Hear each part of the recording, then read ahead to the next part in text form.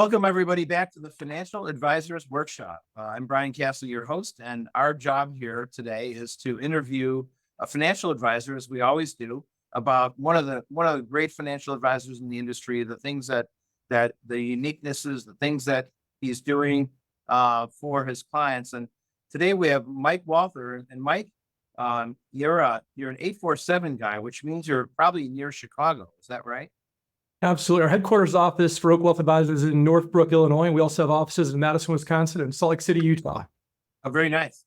Well, we're headquartered downtown Chicago, one North LaSalle. You can't get more downtown than that. And we're so proud to have you on the show today.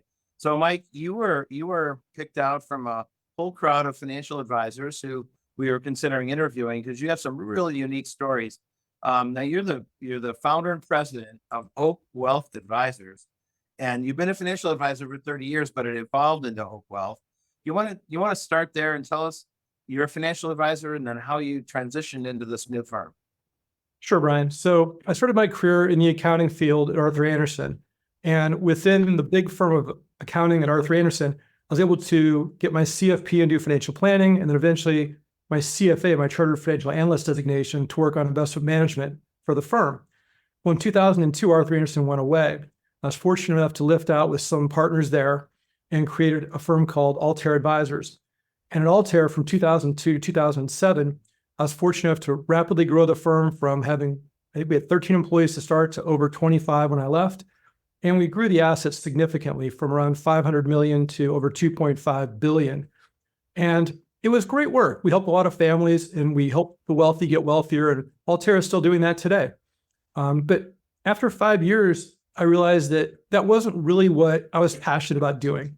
Having a brother with special needs on the autism spectrum and having worked with folks with disabilities all throughout my life in volunteer capacities, I pivoted the focus of what I wanted to do professionally to helping families in the disability community with their financial planning and investment management. So in 2008, we opened the doors to Oak Wealth Advisors to do exactly that. And it's been an absolute joy to work with these families and to grow the business around their needs. We're constantly learning from our families. So as a lifelong learner, I'm enjoying the process that we're really good at what we do. We've got a national footprint, but we're constantly trying to improve ourselves and become even better for our clients. Nice. Well, good. So tell us about the whole vibe of the firm then. Now, the new firm, what is the angle?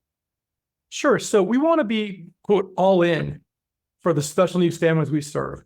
So from our headquarters office here in Northbrook, all the artwork you'll find on the walls was created by individuals with disabilities. We could have bought corporate art. We could have had other things up on the walls, but we wanted to showcase the abilities and skills of those individuals in the community. So we partnered with different organizations that have arts programs to source all the art on our walls. We then carry that through to things like birthday cards, which we actually send out paper cards. We're not doing the digital thing yet. We're doing actual paper cards, and we're sourcing all the artwork through competitions with different art agencies, where we both honor the agency and the artist with a little bio on the inside of the card. Their art's obviously featured on the cover. We send it out to all of our clients every year, as well as friends of the firm. And then around the holidays, we not only send out a holiday thank you card, we also send out a gift to all of our clients. All those gifts are sourced from individuals who make the piece or package it, depending on what it might be. We've done different foods in the past. This past year, we had a custom wood cutting board along with some spicy jams from 2 different companies in Texas. Got to highlight both those different groups. And so for us, it's not just about being really good on the technical side of what a family with a disability needs to know about public benefits and how that plays into possible insurance needs and how that affects their estate planning. But also, what's that person's strengths and interests? We actually have kind of a unique hire within our firm. One of my colleagues who's been with me for over a decade, Randy Gillespie, she's a licensed clinical social worker. So her focus is on helping families with everything that's not financial, finding those extra resources in the community, understanding how public benefits work, going through that process with them, because like all of our clients, she's got loved ones with disabilities. So she's had to go through it personally. And that personal experience helps inform how she advises our clients. And so for all of us here, every one of our employees has a loved one in their immediate family with a disability. So it's a lot of personal experience that plays out as we discuss all the challenges with our clients and help them get the solutions they're looking for. Nice. Nice. So you really did an amazing thing at Altair. What parts of Altair did you bring with you that are kind of a base for you to go forward in the new firm? Well, I think two things that we did well there that we're still doing now, I believe, at Oak Wealth Advisors is paying a lot of attention to the client's needs. Oftentimes, the wealth management isn't just about the dollars. It's about what the person wants to do with the dollars. Is it assisting other family members? Is it doing something on the charitable side? Is it just getting the confidence that whatever they have will be enough for what they want for their future? So that focus on the client and really being in constant communication to make sure we're always there when questions arise and they want to call us first when something comes up they need to have addressed. The other thing is the level of detail. At Altair, there was a lot of money that was being managed. And so making sure we didn't make mistakes with large sums was very important. Well, it's just as important with smaller sums of money because it's everything that family may have. So whereas I might have been working with a client that had $10 million before, and now it's $1 million as a client at Oak Wealth Advisors, that's fine. That $1 million is everything they have. They've worked their entire lifetime to create that. And they need that to last not only just through their own retirement years, but also for that son or daughter's future. And so the detail around not making mistakes and being really diligent around every I we dot and every T we cross to make sure things work for our clients, that stayed with me. Nice. Now, in the new firm and the new emphasis for special needs, what are some of the things that you do differently? How does that all manifest itself into the financial planning world? Right. So when a family lets us know that they've got a loved one with a disability, we want to understand what they've done previously with respect to estate planning and with respect to accessing government benefits. Families that don't have disabilities aren't typically looking at government benefits as a future income source and a support for their loved ones. They're hoping their loved ones are going to launch after school. Maybe there's a little extra time and support from the parents to help them get from college to their career. But in many of the cases, the families we serve, the career is less likely. College opportunities are few and far between for many of our families. So helping them understand what government benefits they're entitled to, what the challenges are in actually acquiring those and then maintaining them. And there's lots of steps involved with both of those things. And then helping them adjust their estate plan from what a traditional estate plan might look like to one that's going to include a special needs trust, which is a special kind of a trust that has limitations to it, unlike other trusts, but it's what's called an excluded asset. So when the government's looking to provide benefits, they want to see if the person can provide for themselves. And one of the things that's really ironic in this space is that we always think of, well, if a person has a disability diagnosis, they can get benefits. That's just not true. The person has to both have a disability with medical documentation, but they also have to prove that they can't work at a substantial gainful activity level, which for 2024 is roughly $1,550 per month. So if they can't earn that much, then the government considers them to be needy and eligible for benefits. So we look at that with each family and say, well, if the individual acquires more skills, maybe they can earn that kind of an income, and then they'd be eligible for a Social Security disability income benefit like any of us would if we become disabled later in life based on their own earning record.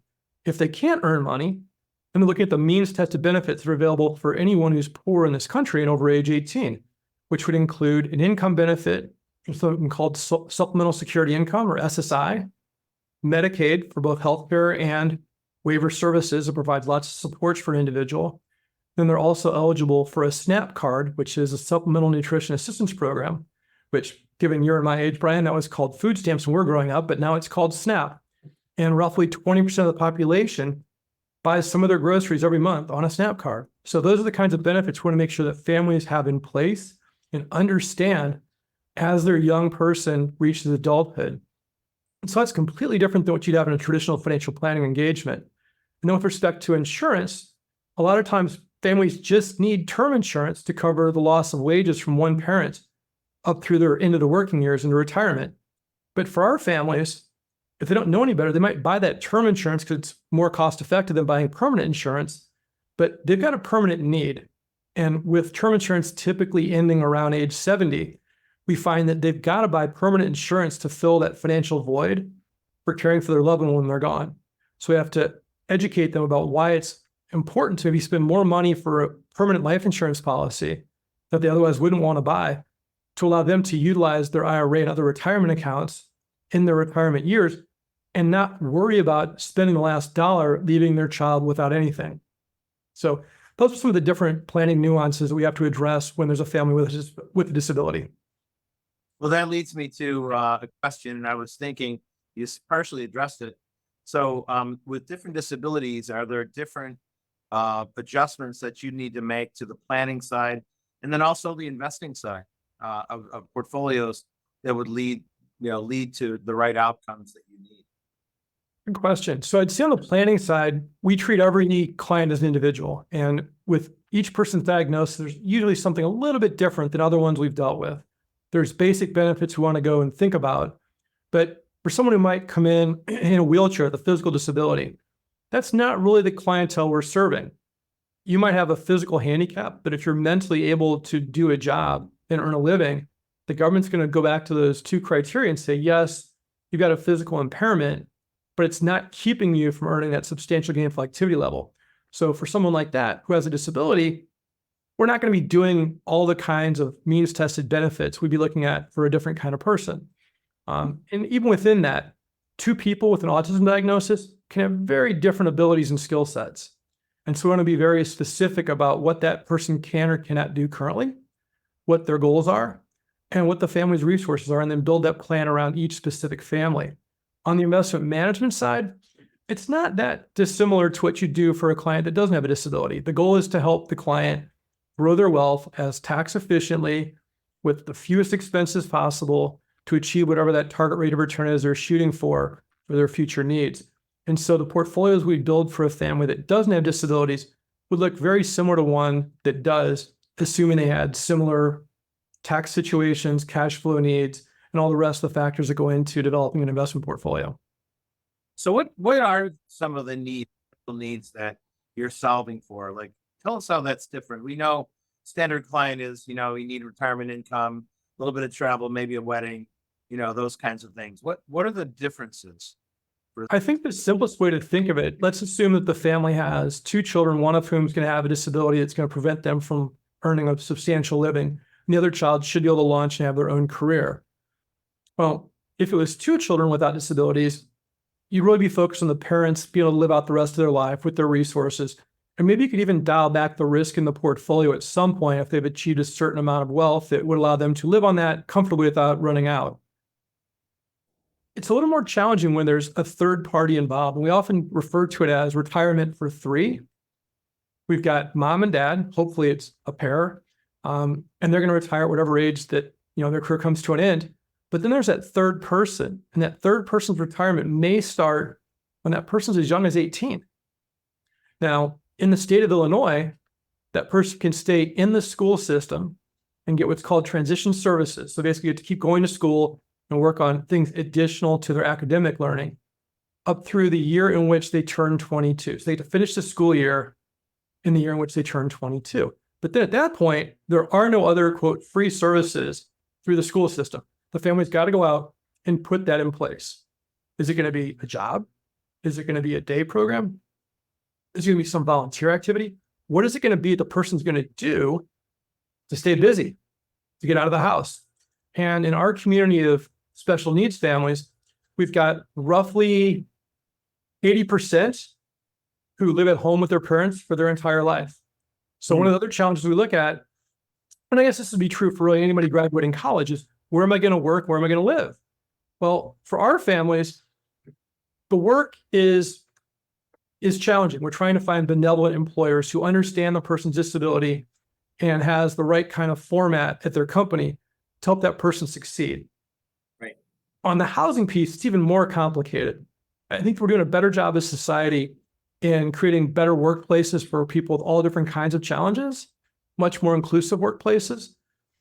On the housing side, we still don't see a lot of movement. A lot of families band together to try to buy larger complexes where they can have multiple individuals living together with some support people. That's expensive and hard to pull off. Oftentimes there's zoning issues, financial issues to get that much money together to buy a large property at one specific time when everybody's got their money together. Not easy to do when you're trying to combine finances. And then you're looking at wait lists at many of the more popular locations around Chicago that are well suited to care for our loved ones with disabilities. And so housing becomes a really big challenge that most families kind of take for granted that their child can either rent in a normal place or go buy a house and live the American dream. Well, for our families, it's more a matter of where can they find housing that's relatively close to whatever employment opportunities they might have, and what are the supports going to be, either from a parent, a sibling, or another loved one, or some government agency or nonprofit they're going to put in place to help care for that person, help them with decision making. And so from a planning perspective, we always encourage families to get one good answer in place, but have a plan B ready to go. And the way we phrase it, and they're exhausted, right? When they come to us, their long-term focus is Friday. That's about as far into the future as they can think. We want to help them understand that very likely in their lifetime after they graduated college, they lived in multiple different places. They bought different houses, they've moved around. So I think that their child at 22 is going to have one new living situation for the rest of their life. That's not natural and it's not normal and it's probably not going to work. So it's great to have the first solution ready to go, but then continually look at what other options are available if this stops working. If the roommate that they're partnering with has to move across the country to be with family, if the roommate passes away, what's plan B? And that's really, really hard for our families.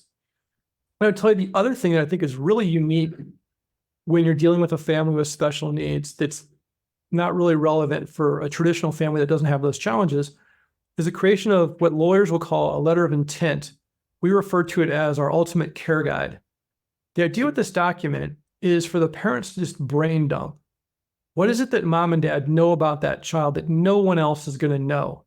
That if they're gone and a future caregiver, whether it's a relative or an agency, has to step in, what are those person's quirks, those nuances, those special gifts that they have that should be acknowledged and cared for? Maybe it's something as simple as they've got a favorite family story, and maybe they lack verbal ability to communicate back and forth with their caregiver, but they love hearing that story. It comforts them.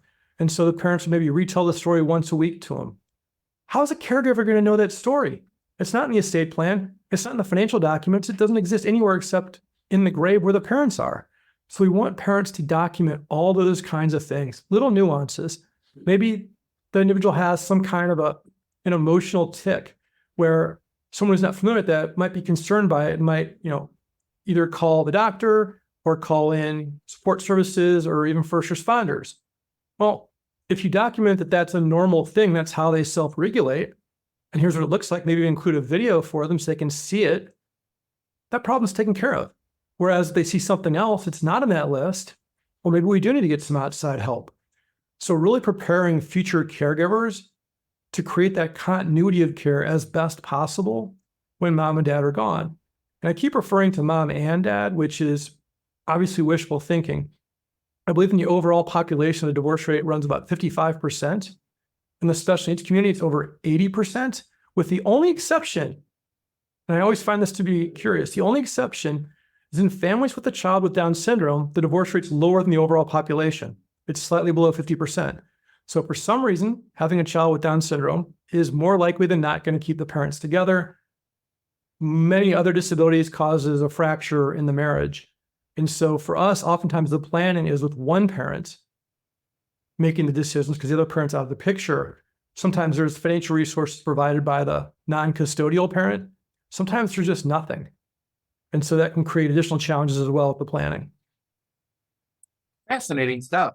Really is. There's some issues that we hadn't really considered. Mike, the Federal Reserve, led by the Atlanta Federal Reserve Bank, has done a lot of research on benefits from government, and they do it in the form of workplace development.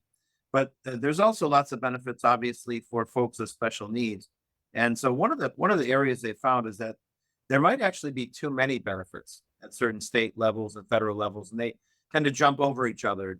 Have you seen that in your work, that there's so many benefits, and is it confusing to kind of dig through it in different states? I would say that you've hit on something there with respect to confusion. I would tell you that we've never had a family come to us and tell us that we're finding too many benefits.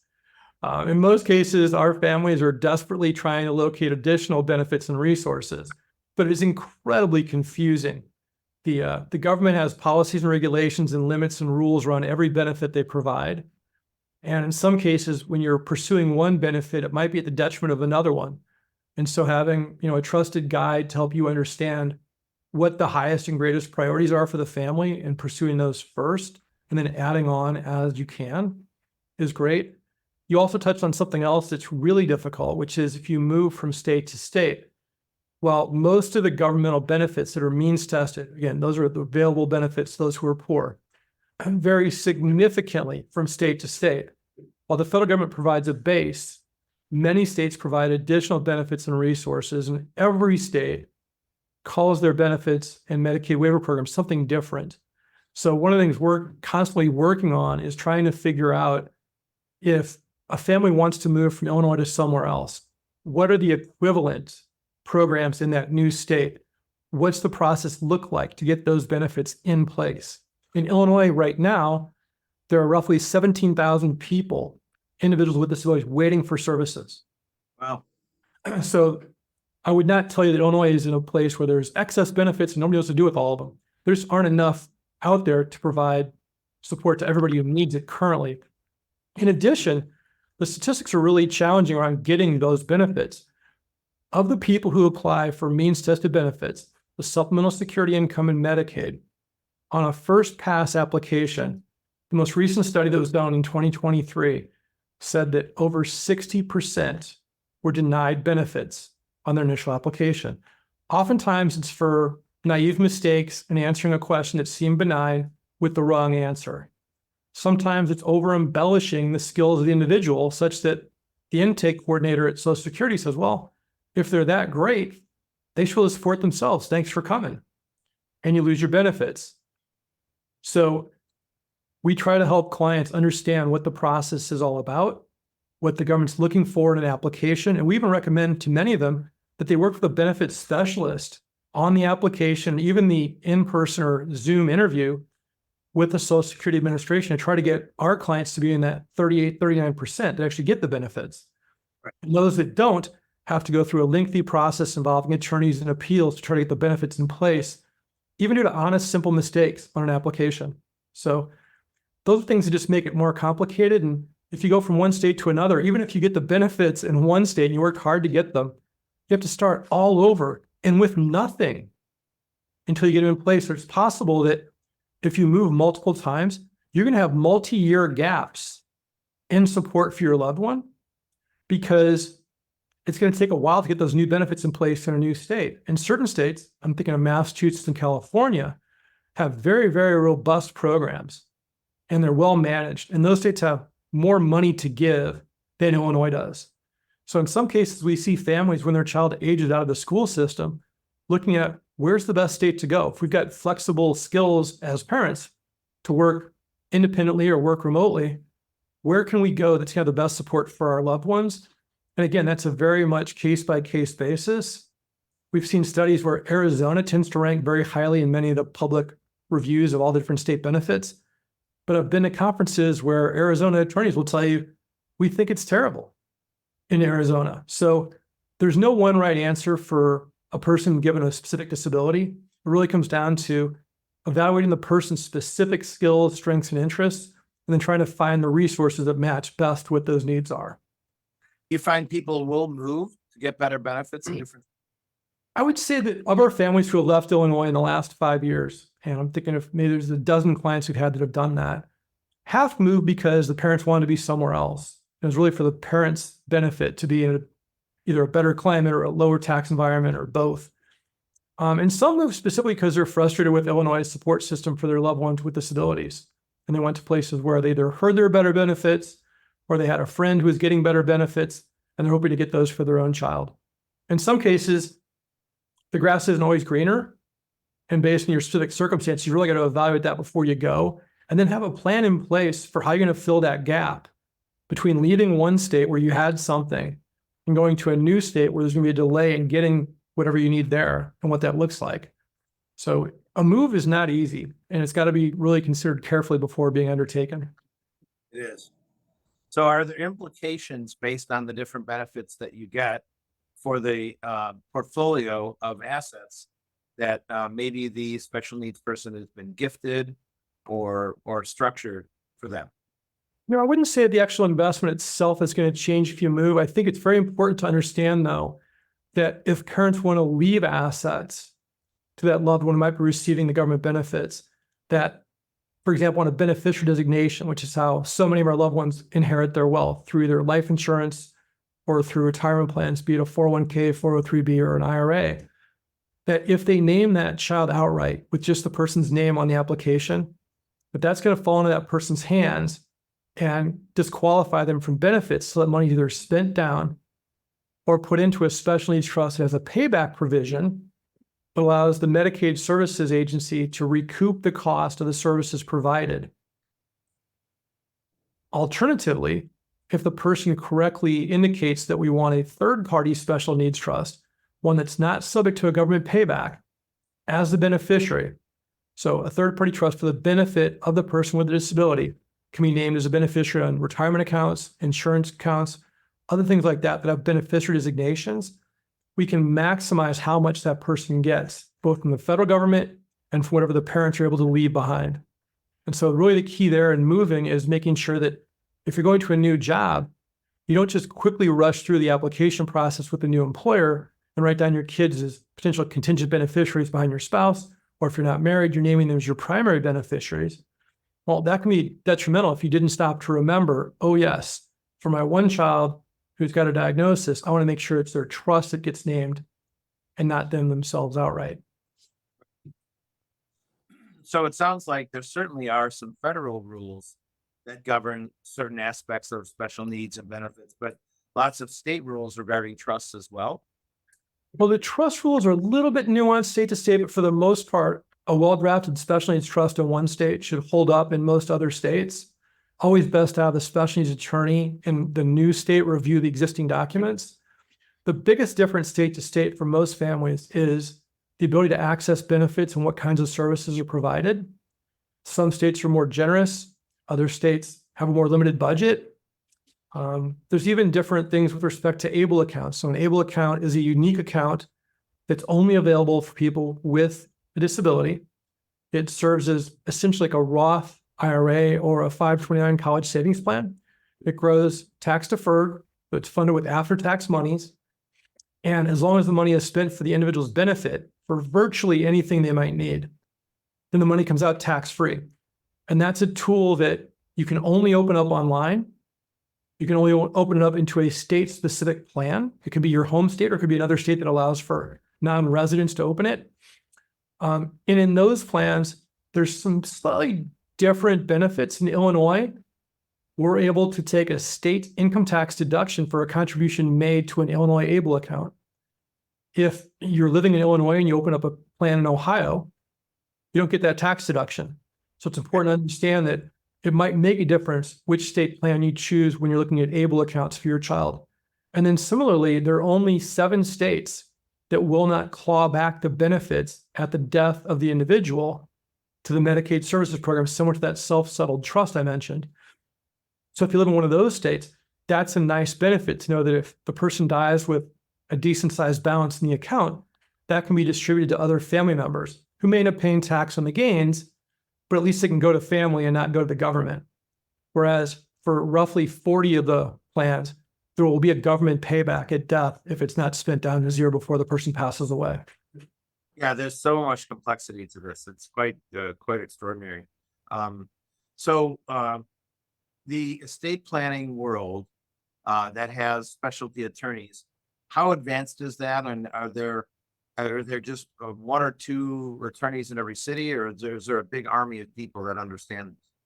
Thanks for asking that question. It's a relatively new area. I would tell you that the elder law part of the Bar Association has been around a bit longer, and that's folks who take care of the older crowd and helping them with more end-of-life planning and Medicaid planning for the elderly who are running out of assets. But from that grew a group called special needs attorneys. And those are attorneys who work with families with loved ones with disabilities at really any age, from diagnosis at birth all the way through a much later in life diagnosis of possibly mental health deterioration. And those attorneys, there's 2 major groups that if you're looking for an attorney who does this, you can look at the Special Needs Alliance, and that's specialneedsalliance.org, or you can look at the Academy of Special Needs Planners. And the Academy of Special Needs Planners is attorneys and financial advisors who specialize in this area. And that website is specialneedsanswers.com. And through that, you can find an attorney in a state or even specifically a city who focuses on this area of the law and hopefully will be able to draft appropriate documents. Because one of the things that's really frustrating is if a family goes to an attorney who maybe doesn't specialize in this area but wants to help and pulls a forms book out, or I guess I'm dating myself saying it's a forms book, but you go online and find a form for their state and puts together a document. Well, that may or may not pass the review of the Social Security Administration when they're trying to determine if that trust is qualified as a special needs trust under the Social Security's review process. So you want to make sure you work with an attorney who's had their documents reviewed multiple times and have family members who are getting government benefits having used those trust documents. Interesting. You mentioned the Social Security a number of times too, and I know there's disability benefits and other benefits that were not the original intention, but they've added them in. What I guess I'm not aware of the special needs benefits. I'm assuming there are some in Social Security that are different than like the regular disability benefits or survival. Right. So on the income side of Social Security, all of us, when we reach retirement and we're over 59 and a half, could start drawing from our benefits without paying any penalties or interest. And for that Social Security income benefit, that's still available to someone with a disability if they've worked. But let's say they work, but weren't able to continue to work on a consistent, ongoing basis. They can receive the Social Security Disability Income Benefit, SSDI, much like anybody else who didn't have a disability early in their life, who maybe worked for 10 years and then all of a sudden had traumatic brain injury, resulted in a car accident, couldn't do their job. They could start claiming their Social Security benefit under the SSDI program as a disabled adult and start pulling their benefits from that age all the way through the rest of their retirement. Right. But in addition to those, you also have the Supplemental Security Income Benefit, which is for the poor. And so an individual, when they turn 18, is deemed to be an adult. So the government will look at them and evaluate on their own, can they support themselves? Can they earn a living? And if not, if they're poor and have no assets and no ability to earn an income, the government will take care of them. And currently under 2024, that income benefit under the Supplemental Security Income Program is $934. That $934 is supposed to cover all of your rent and all your expenses. So for someone who's not able to work, it's a long shot that's going to be sufficient, which is why when we work with our families, we want them to get that income benefit, but understand the parents still have to supplement that and complement that with their own resources to get the person where they want them to go. But those are the three primary income benefits off of Social Security. And the SSI number will go up every year. It's indexed with inflation. And the SSDI number and the obviously Social Security income number for someone who's worked is based on their work record. And it's possible for someone who has had parents retire, depending on who's drawing on the parents' benefits. If one spouse is pulling off the other spouse's bigger benefit, there's still the potential for that disabled child to get a benefit off the higher wage earner as well. The maximum in total is 1.75 times the highest wage earner's benefit. And so if both spouses are taking their own benefit, the disabled adult child could take 50% of the higher wage earner, and that works. If both spouses are claiming under one work record, then the disabled adult child can pull a 25% benefit off the higher wage earner. That gets you the 1.75 times the total benefit. And so those are things to just be constantly evaluating, because at some point, if the person's worked on and off for a number of years, they may actually earn enough income credits, quarterly credits of earnings, that their own SSDI benefit might be greater than the SSI benefit they get for being poor. And so knowing when to switch over and get the bigger of the two benefits is part of what we help clients identify. The Social Security Administration is supposed to automatically shift when their calculations confirm that the new number is bigger, but that doesn't always happen. So being really diligent with the process and knowing what the laws are helps our clients get the maximum benefit possible. Fabulous. Wow. It's almost mind-boggling, all the detail that you just described to us over the last 20 minutes. It's such an extraordinary effort and a unique skill to understand all this. Quite impressive. Quite impressive. You have locations in Madison, in South Jordan, Utah. What is that about? You have just other advisor? Right. So we've been very blessed. I've never had to go to a hiring agency to find talent for our company. People have reached out to us who share the mission and the passion of helping those in the disability community live the most full life possible. And so the Madison office has a couple of employees, both from University of Wisconsin-Madison graduates who want to stay and work in their community. Love that. We want them to be where they want to be. They become absolute experts on Wisconsin benefits. Similarly, the head of our office out in South Jordan, Utah, which is a suburb of Salt Lake City, is wonderful. He's got, 2 adult young men in his family of disabilities, and he learned a lot through the ropes of doing that, and also is a very accomplished financial planner. So he's wonderful at helping our clients in Utah. And all of us understand the national rules and have a great network of friends and advisors around the country. So when we find a client who wants to work with us, who doesn't live in one of those 3 states, we feel very comfortable that we've got the knowledge that we need to support them where they are. And we're constantly looking to have other advisors join us. We think that what we're doing is really important. There aren't enough people doing it. And if we can have a really strong firm that provides the support for advisors, no matter where they want to work, to be great within their own community, that's what we want to provide as a platform for that to happen. As we talk, clearly many of the advisors who are listening to this are wondering, wow, how could I ever learn all that detail?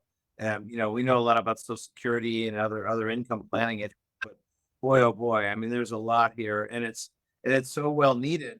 And the Byzantine structures of government make it as complicated as they possibly can make it.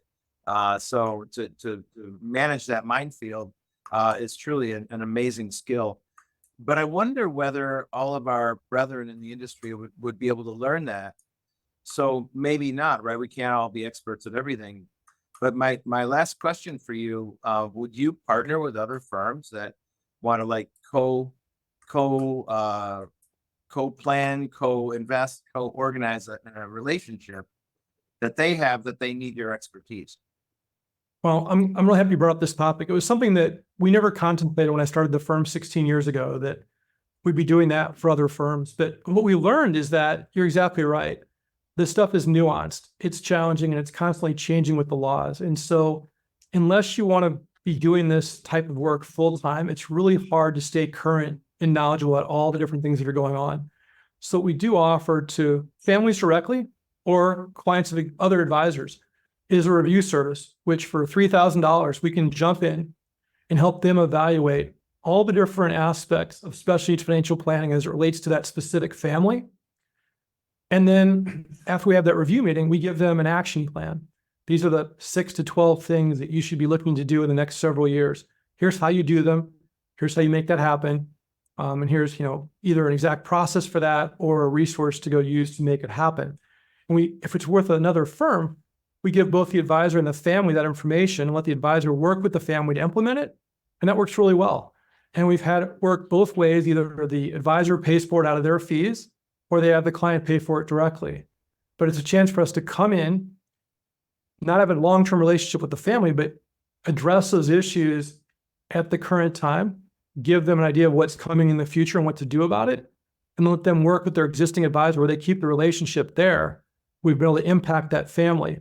And then if in 5 or 10 years, new needs arise or there's new opportunities out there, things like able accounts that weren't around 15 years ago come into being, we'll then come back and revisit that planning with us again. So making that service available to other advisors helps them more fully serve their clients.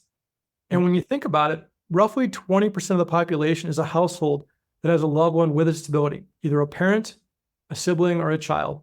So it's a huge portion of the overall population. And while I've had a number of media people reach out and say, I want to talk to you about your niche, I always bristle at that a little bit, that if it's 20% of the population, it's not a niche. It's not left-handed orthodontists, right? That'd be a niche.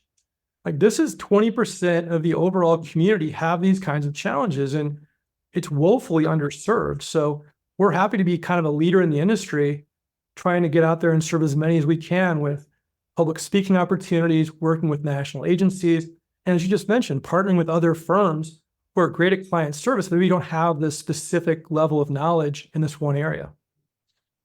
Wow. Wow. What a great conversation. I'm very, very impressed. So I think we're coming to the end of our discussion today.